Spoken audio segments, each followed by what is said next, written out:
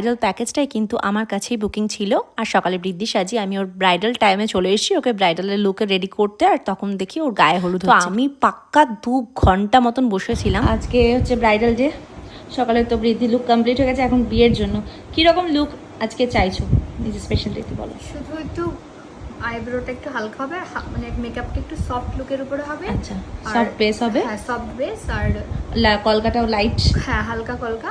আর একটু মানে এখানটা একটু আর্চটা রাখলে আমার নিজের কাছে খুব স্যাটিসফাইড লাগে।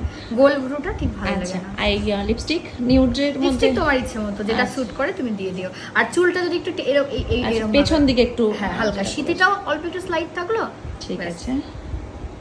সকালের সাজ একদম সুন্দর ঠিকঠাক ছিল। আমি লিপস্টিক তো তোমার সামনে এসে এখন তুললাম। হ্যাঁ, চলো দেখা যাক। আজকের ব্রাইড ছিল ভীষণই চঞ্চল, সাথে ও কিন্তু নন স্টপ কথা বলতে ভীষণই ভালোবাসে। আর তার সাথে ওর লুকটার ডিসকাশনেও আমাকে অনেক কিছু বলছিল।